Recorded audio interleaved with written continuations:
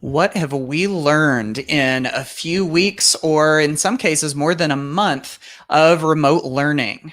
For so many of us in our classrooms, we have started to settle in, I think, to what's normal, what's regular, at least in our new normal. Now that so many schools around the country and around the world are going to remote learning. And so that is what today is all about. We're going to be talking about what you've learned, what your tips are, what your tricks are. I got a handful of questions that I'm dying to hear your answers to. And so I want to welcome you into today's Ditch Book chat, which usually is held on Twitter. Actually, we're live streaming on Periscope as well as YouTube. And so if you're watching this live, thank you so much for joining us. Welcome. Thank you for being here, and go ahead and check in. I would love for you to tell us in the chat, in the live chat, who you are, where you're from, and what you do. If you're catching this on the replay, if you're watching this on YouTube or on Periscope or something, you're going to see lots and lots of ideas that we're going to gather in real time. See, this is the cool thing about this, is that we're able to basically pull a bunch of people together and just, free flow a whole bunch of ideas and give you the best. It's the hive mind at its best. So, like I said, please do check in the comments. If you're here live, let us know who you are. My name is Matt Miller. I'm the author of Ditch That Textbook, and over at ditchthattextbook.com, where we're always sharing a bunch of free teaching ideas. And like I said, tonight, our topic is going to be remote learning tips and tricks. We're going to get into the weeds, and we're going to talk about the things that are working for you. So as we all get checked in here, I want to say hello to some of the ones that are joining. We got Stephanie, who's here. That's good. Todd's here from Indiana. Good to see Todd. Brandy's here from Western Oklahoma. Hello, Brandy. Richard from Tennessee. Laura Steinbrink is here from Missouri. Good to see you. Catalina Wright from Georgia, 5th grade ELA teacher. Awesome. Good to see you tonight. Angie Smith is here. She's from Missouri. We got a couple of you from Missouri tonight already, so that's cool. There's a familiar face. There's Melanie from North Carolina. She's been in several of my live videos, which is cool. Bradley's here from LA, where I bet it's a lot warmer than it is here in Indiana. It was chilly here today. Mary is here from Central California. Good to see you. Angie is here from Queensland, Australia. Excellent. Where it's got to be morning, I'm guessing, instead of evening, where it is right here. Chris is here from Virginia. Good to see you, Chris. Steph is here. She mentioned earlier she was here. Digital learning designer from Cleveland. So very good. Kim is here. Elementary librarian. My goodness, there is a bunch of you here today. So I'm going to start kind of clicking through some of the rest of these real quick. There's Reba. She's a Ditch Book regular. Connie's here, Courtney's here. And so it's good to see all of you. I'm doing something new here, and I'm doing this on Twitter through Periscope, and I'm also doing this through YouTube too. So it's good to see everybody here, and we're going to jump right into our very first question here in just a second. And that first question, really interested to see all of your ideas and all of your insights today.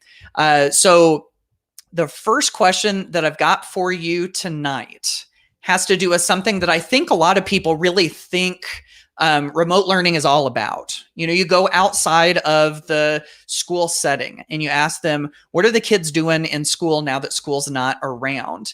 And I think the big thing is, they're on all these Zoom calls. They're on all these Google Meet calls. They're on all these Microsoft Teams calls, Skype calls, whatever. It's like they're on all these video calls. And the truth is that, yeah, sure, we do some of that, right? We do some of that, but that's not everything that we do. And so that's what I'm really curious about. That's one of my big questions that I have for you tonight, is that we've probably done some live video calls. Some people say that recorded video is really their jam, but really it seems like for almost everybody, video fits in at least in some way. And if video doesn't fit in for you, that's totally fine. No shame on that. I'm really curious to hear how you're working that yourself. So let's start right off with that.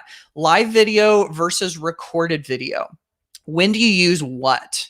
And do you have any tips or tricks for those? I've heard a variety of people talk about this and how there's really a lot of benefit to doing recorded video. There's a lot of benefit to doing live video. Live video has the benefit of faces and connections and voices and real time, but then recorded video, of course, can be listened to anytime. I don't want to steal all of your answers. I want to give you a chance to throw those in there. But while you're doing that, while you're thinking about it and typing it in, I did want to share this with you real quick. This is an infographic that I put up not too long ago on my blog and on social media about tips for virtual meetings. And so if you're doing live video calls, these are some things that you might consider thinking about. And this is really was kind of designed for virtual meetings for educators, but a lot of this fits with students too, like setting an agenda before everyone gets there. If you make one person the moderator of the meeting, of course, if the teacher is there, that person kind of becomes the moderator most of the time. Having someone taking notes in a shareable doc. Then there's the mute your mic thing. Oh my goodness. I bet we've probably all suffered from this at some point. Using the chat to ask questions and share resources. Having the moderator call on people to unmute their microphones so we're not talking on top of each other. Make a copy of the chat transcript before closing. Have you ever thought about doing that? Especially if there is a sort of like live captions and you're able to copy that.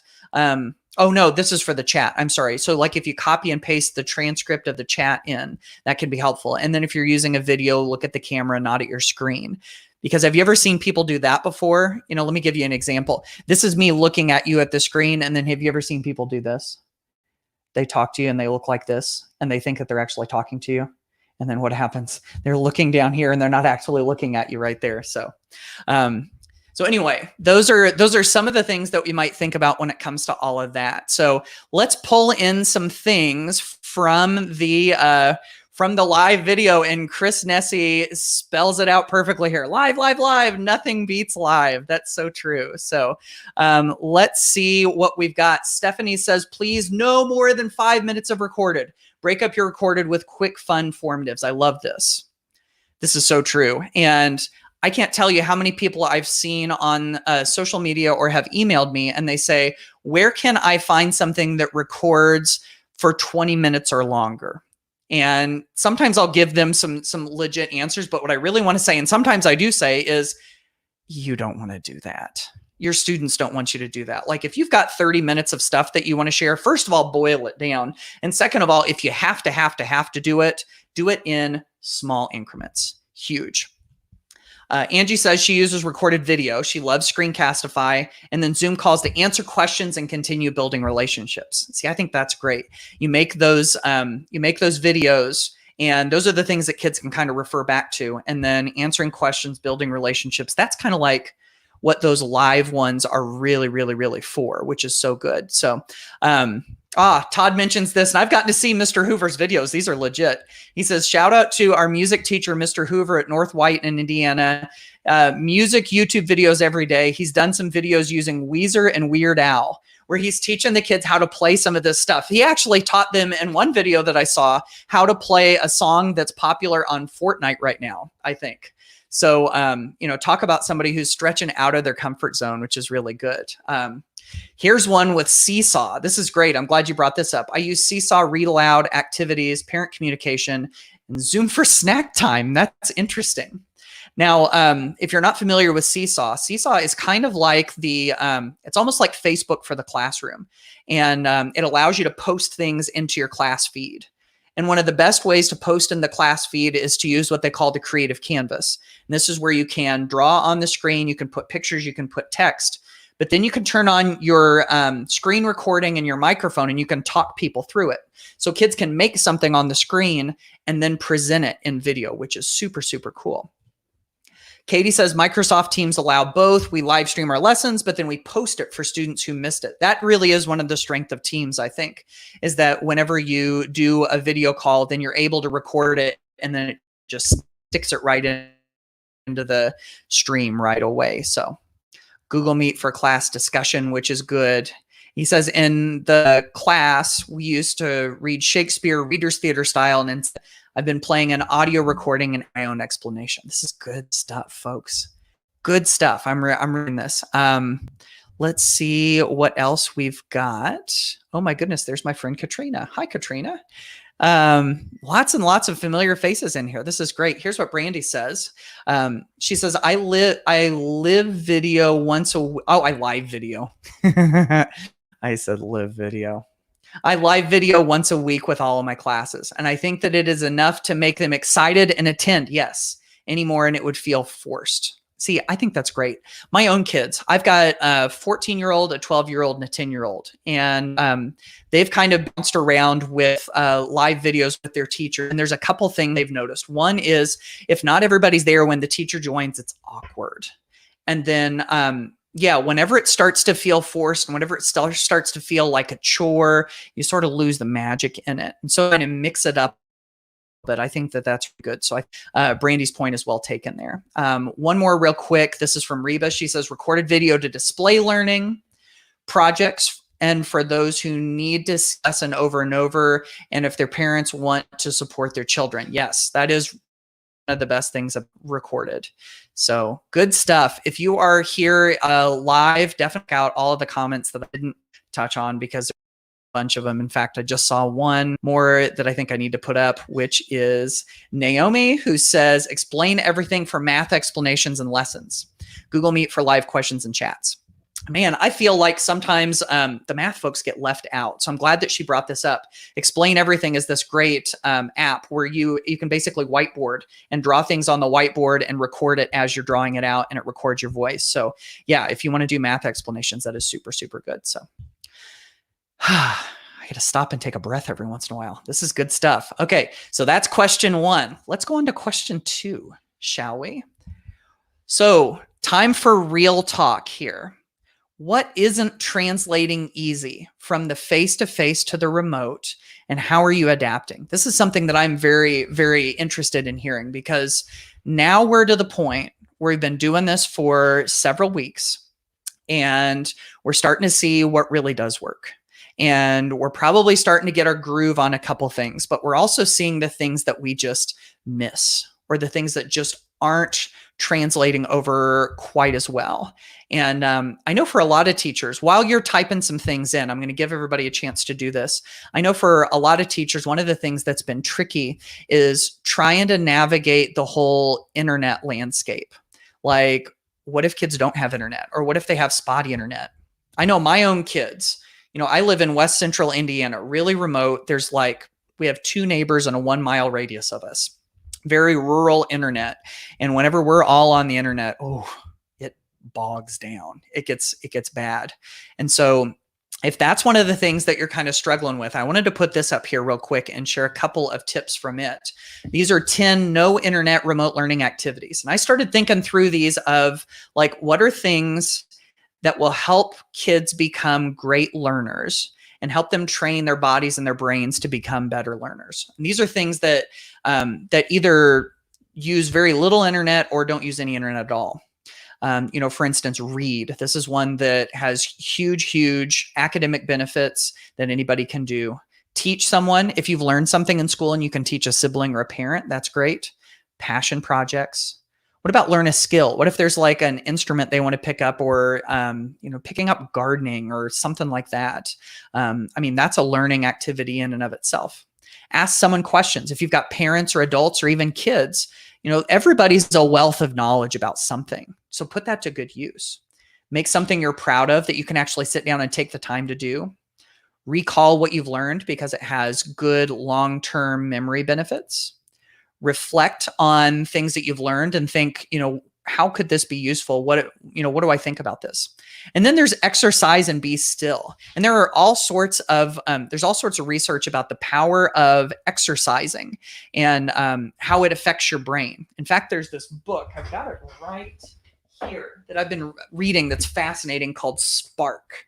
And Spark, it says, the revolutionary new science of exercise in the brain. And it talks about this PE class and how they put the focus on fitness instead of sports and getting kids' heart rate up. And they talked about all the powerful brain benefits that came later on in the day because of that. So I wonder if, throwing some of that stuff in during this time might be good too. Anyway, that was just kind of one of the places that my brain was on all of this. So let's start to see some of your responses. Okay, here's Stephanie. Struggling with, this is number 2. She says, questions from students.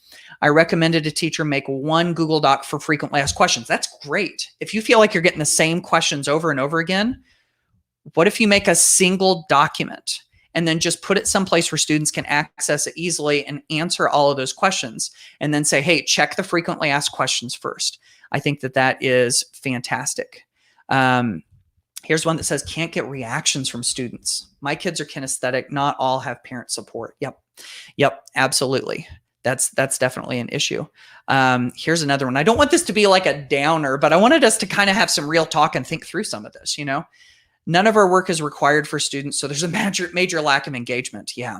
And, you know, with that stuff, I start to, and see, we're dealing with that in our school district too. And I'm starting to wonder, like, what about if we reach into some of those highly motivating things, like, you know, giving students choice, doing things for a bigger purpose? Like, what if we can serve people or serve our community through the things that we're doing in class? Like, sometimes we get that, and that can be really helpful.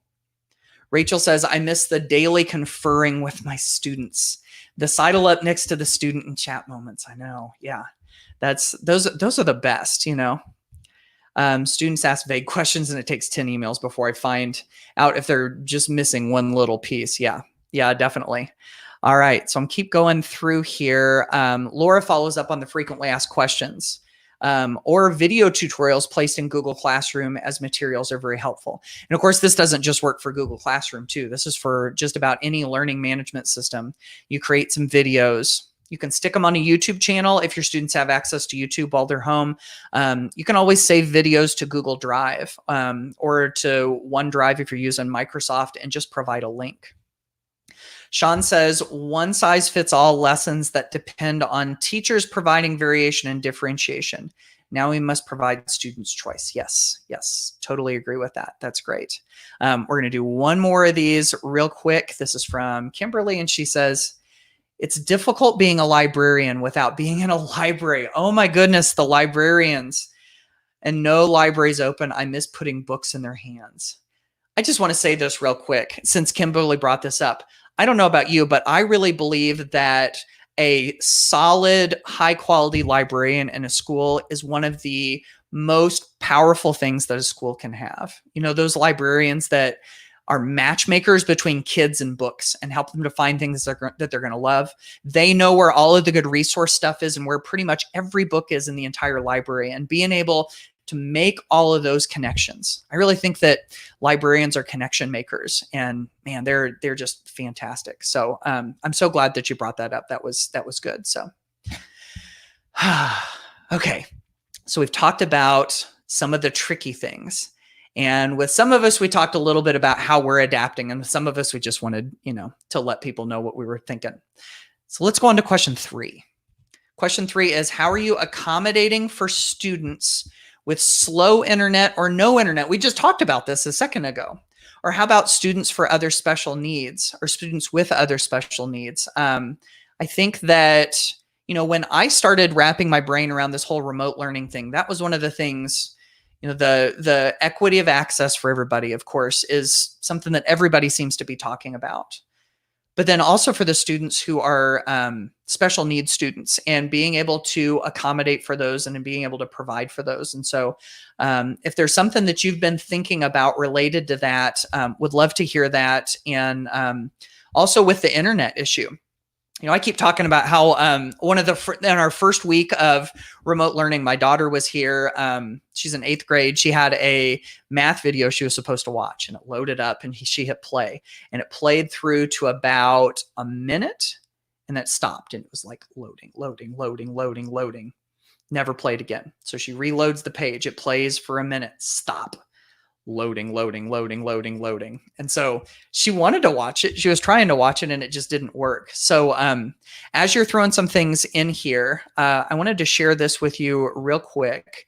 If you have students who are struggling with slow internet, and this is a big deal because I know that, or at least for us, it has been. And I know for some other students, even in big districts and big cities, sometimes this is an issue. These are a handful of things that you can do to help with students with slow internet. For instance, if you're doing live video calls, turn the camera off during video calls. You could have the students turn them off and then just turn them on if necessary. You could always turn yours off if you're struggling too.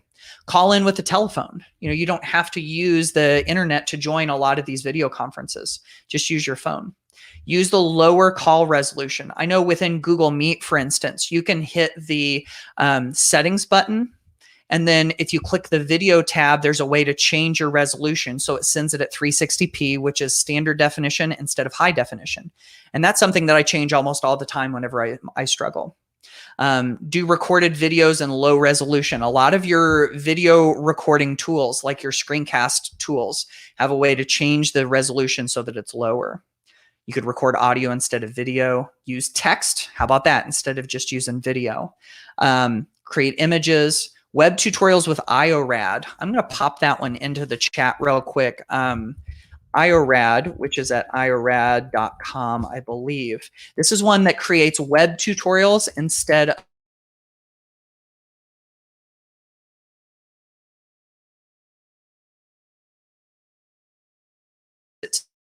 in a easy to load web page instead of a video, which is pretty cool. Creating documents and files offline and providing files to use offline. This is something that a lot of the devices and a lot of the productivity suites, like your G Suite and your Microsoft 365 all provide ways to do that too. So anyway, those are just some things that I thought that I would share too. Okay. What are some things that you've been doing? Let's go through and see some of the things that we've had added to the chat. Steph says, I have a dedicated Google Meet. I have set up dedicated Google Meet appointments and or phone calls. Yeah, absolutely. That's totally good. Ashley says, our district has provided Khajiits to family in need, and we're fortunate to have them. If you don't know what Khajiit is, those are, somebody correct me in the comments if I'm wrong, but those are like Wi-Fi hotspots. And so if you've got those to give out, that's fantastic. Now, I do want to let you know, if you go over to the Ditch That Textbook YouTube channel, which I'm going to put up here, tube.com/ditch that textbook. If you go there, I wanted to tell you about something that we just recorded today as of this live video. We just had on, and I say we, it was my friend Holly Clark and I were interviewing Natasha, Rachel, and Felisa Ford from Atlanta. And their school district has done a couple of really cool things. They've sought out all of these grants. They've applied for a ton of grants for devices like, Chromebooks and laptops and stuff, but also for Wi-Fi hotspots. And they've gotten a bunch of them. And they say that, the more that you apply for these things, the better. There's a program called the Sprint 1 Million project, I think, if you just Google that. And then T-Mobile also has a grant program too. We've got links to all of those right down here in that video. It's called Device Grants and Digital Equity. So if you search in the YouTube channel, you can find those grants. So super, super cool when it comes to all of that. Okay, let's get back to the things that you all are sharing. So let's go to, here we go. Sorry, this is what you get whenever I do this live. I've got to try to kind of scan them all in the moment. Laura says, my choice boards have online and offline options for every square. We deliver learning packets every 2 weeks, and on the board, students have one space where they come up with activity. That's fantastic. And Laura, if you're still here and you have an example link that you could drop in the chat, that would be awesome. She probably already has, but just in case she hadn't. Carly says one-on-one meetings for special needs students. Yeah, I mean, that's how a lot of those needs are accommodated in a lot of schools, is having those one-on-ones. So yeah, continuing to do that is huge. Mrs. Emberton says project-based and real-life passion projects. Talk about the motivation. Those are your high motivation things, I think. So let's keep going here. We're having to provide paper copies, which they receive in their packet once a week. And, our school district is doing this too. And, I think sometimes we get on people for paper copies and worksheet packets and stuff. But whenever it's, whenever we're in this tough situation where we don't know what to do and we have to come up with something on the spot, then, that's kind of how we handle it. So Monica says, I asked my parents if they would be able to use online learning, and if not, I created printable plans for them, mailed them out this week for them to use. Lots of real world stuff in there. That's awesome. And kids like to get mail from us too. I was talking to Mike Soskel. He was a former Pennsylvania Teacher of the Year. I had him on a live video recently, and he was talking about some teachers that are sending out self-addressed stamped envelopes to their kids. So they'll take an envelope and they'll put a letter in it or include some instructions or just a note home or something. And then they include a self-addressed stamped envelope in it. I'm assuming they're getting the stamps from the school or they're paying for it out of their pockets, one of the two, but being able to send that out, and then the kids are able to communicate back and send things back to the teacher, whether they've got internet access or not, is really cool. Todd says our resource teachers are to contact their students each day to see if help is needed. Some of the teachers are reading the test or assignments to students in their Loom videos. So Loom is yet another one that you can use to record and to get videos out pretty easily. So that's all good stuff. Here's Rachel, who says, I'm trying to offer paper pencil options, but then ask students to take the picture and upload into Google Classroom. Luckily, all of my students have internet. Many borrowed Chromebooks from the school. So she's just adapting based on that. P.S. Can I also tell you just a little bit about Ms. Rachel Marker right here? We just did a live video together where she shared a lot of the cool things that she's doing in her 6th grade class. And so if you want to check that out, again, that's on the YouTube channel right down here. She shared a whole bunch of really good stuff. So that's definitely one to take a look at. So, all right, let's get to a couple of more of these real quick, and then we're going to go to our last question. Connie says, having students create school assignments for their siblings and then be the teacher. How many of us in the chat played teacher whenever we were kids? That's probably part of the reason that we got into education. Making up those assignments and letting them be the teacher. Love that. That's fantastic. Rachel, to follow up on the self-addressed stamped envelopes, I assume, she says, my 4th grader has received 4 postcards from her teacher so far. Incredible. And I bet your 4th grader is probably thrilled about that. So, this is such good stuff. You all are throwing some fantastic things into this. Let's go to the last question. So I'm trying to get you out of here as close to 30 minutes as possible, because that's when our usual chats are. Okay. It is time to go to your top activities and your top tools. I know you're probably waiting for this. This seems to be one of the favorite ones for this crowd. So what are the activities that you're doing or that you're seeing other people do? And then what are some of the tools that you're using to deliver them? So as you start to type some things in, let me give you a couple of things I've been talking about recently. I just actually did a webinar for Kahoot. And I know a lot of teachers use Kahoot in their regular face-to-face classrooms. And what's cool about Kahoot is that you can also use it from home in a variety of ways. For one, you could do a live Kahoot game over a video call. So imagine this. You pull up your Kahoot game. Kahoot is I'm sure you probably heard of it, but in case you haven't, it's like this game show style quiz game. It's like a practice questions type of activity where students answer the questions up on the screen. They ring in on their devices. Faster they ring in, the more points they get. So what you can do is you bring it up on your device and then you call your class. You set up a call and all of your students join in. And then all you have to do is just share your screen and the Kahoot game is right there on the student screen. And so they can do one of two things. While it's on the screen, they can take it on their screen and they can resize the Kahoot game so it's in half of the screen. And then they can join the game in a separate tab or browser window on the other part. Or another way to do that is they load up the game on their device and then they pick up something else like a cell phone and then they join with that. So there's a couple of ways to do that. In fact, if you're interested in knowing more about that, let me give you a link to where you can find that video. You can go to kahoot.com/webinars. And at least as of the time of this recording, my webinar that I did with him is still up there. It also talks about how you can do Kahoot challenges too. And Kahoot challenges those are kind of like your your Kahoot games where you have to finish it by a certain time.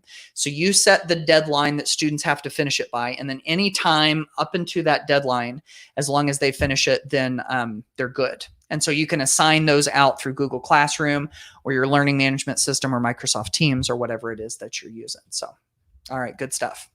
Time to dig into the comments and see what you all have been sharing. I know you've got lots of nerdy, techie things that you can share with us. So let's see. Carly says, read alouds paired with a novel hyperdoc has been huge hit. Yes, absolutely. And with those read alouds, I've been reading a little bit about this recently. There are lots of benefits for older kids even getting read alouds too. So don't necessarily assume that the students that you teach are too old for read alouds. And Carly, I know that Carly was the one who put together this fantastic post on the Ditch That Textbook blog about novel hyperdocs. If you're not familiar with hyperdocs, how do I explain hyperdocs in a sentence? It's basically like a big document, and it basically guides them through a very student-centered way to learn step by step by step by step by step.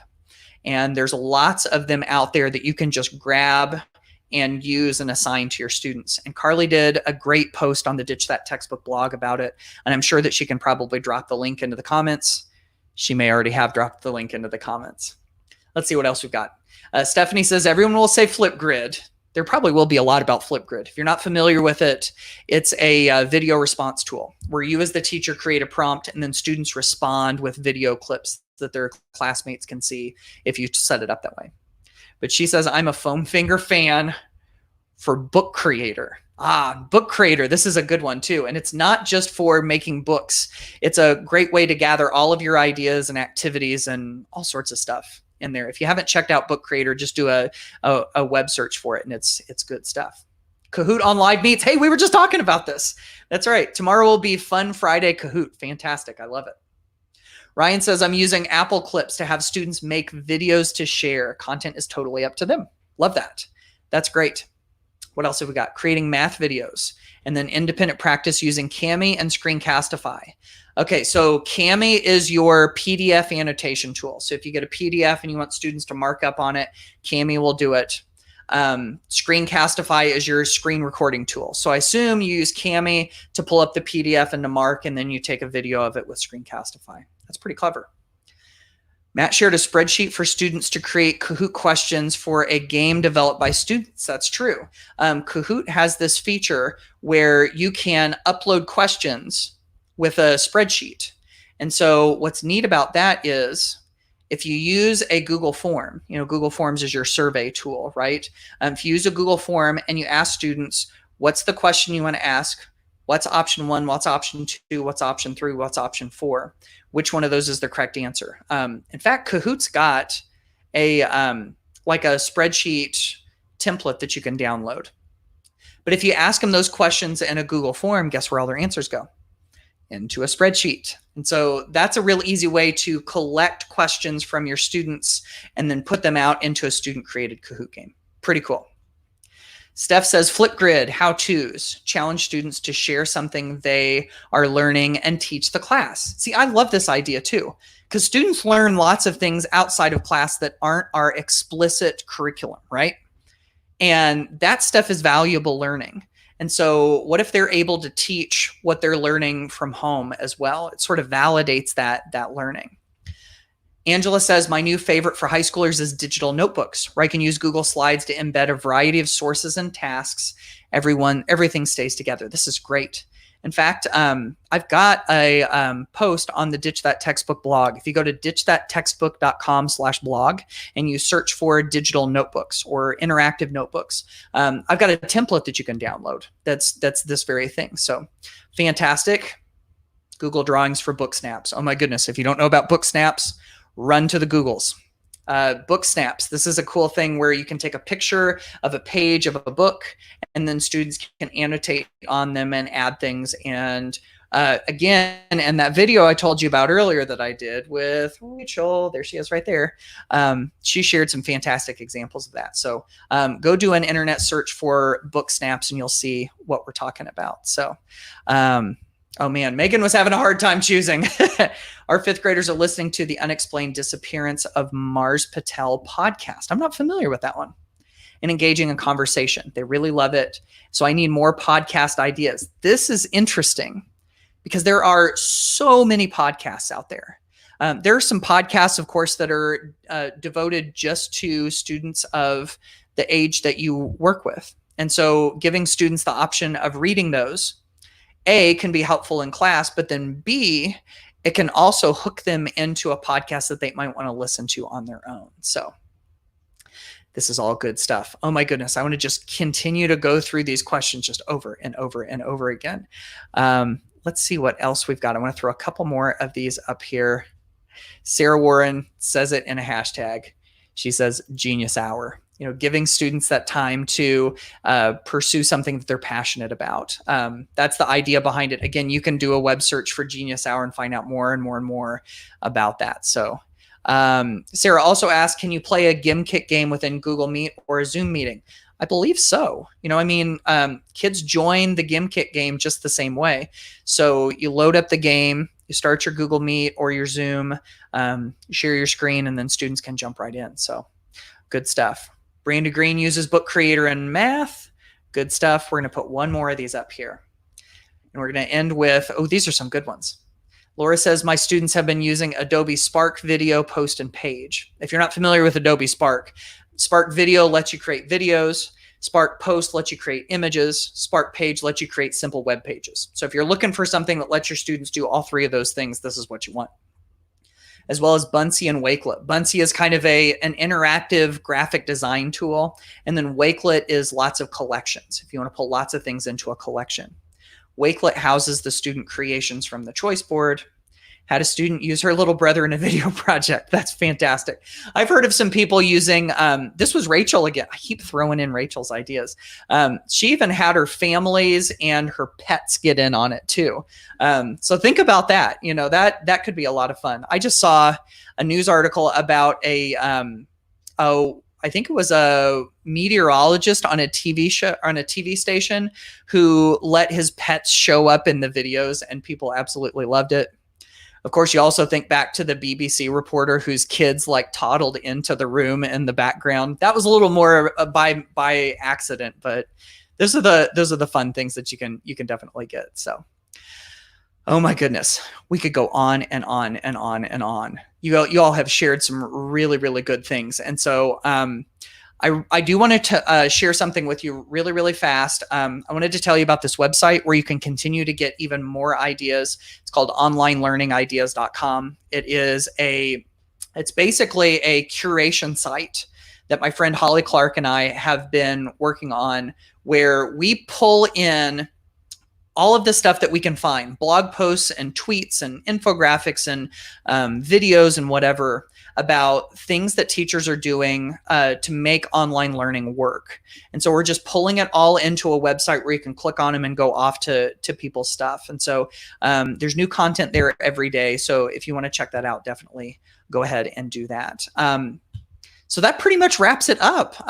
Lots and lots of good ideas here. And I really appreciate all that you all have shared live. If you're watching this on the replay, oh my goodness, I hope that you hit pause and jotted down some notes, because there was a ton of stuff shared. If you like these live videos, I've been doing a bunch of them. I have plans for some really cool ones coming up. Definitely hit that subscribe button on YouTube if you're watching. That will get you notifications, and hit the bell next to it too. That'll get you notifications of any of the live videos that we're doing. So that pretty much puts a bow on this chat. You all were fantastic. Thank you so much for joining. We'll do this again. Keep an eye out for some other videos, and we'll see you on the next video. Take care. Stay safe.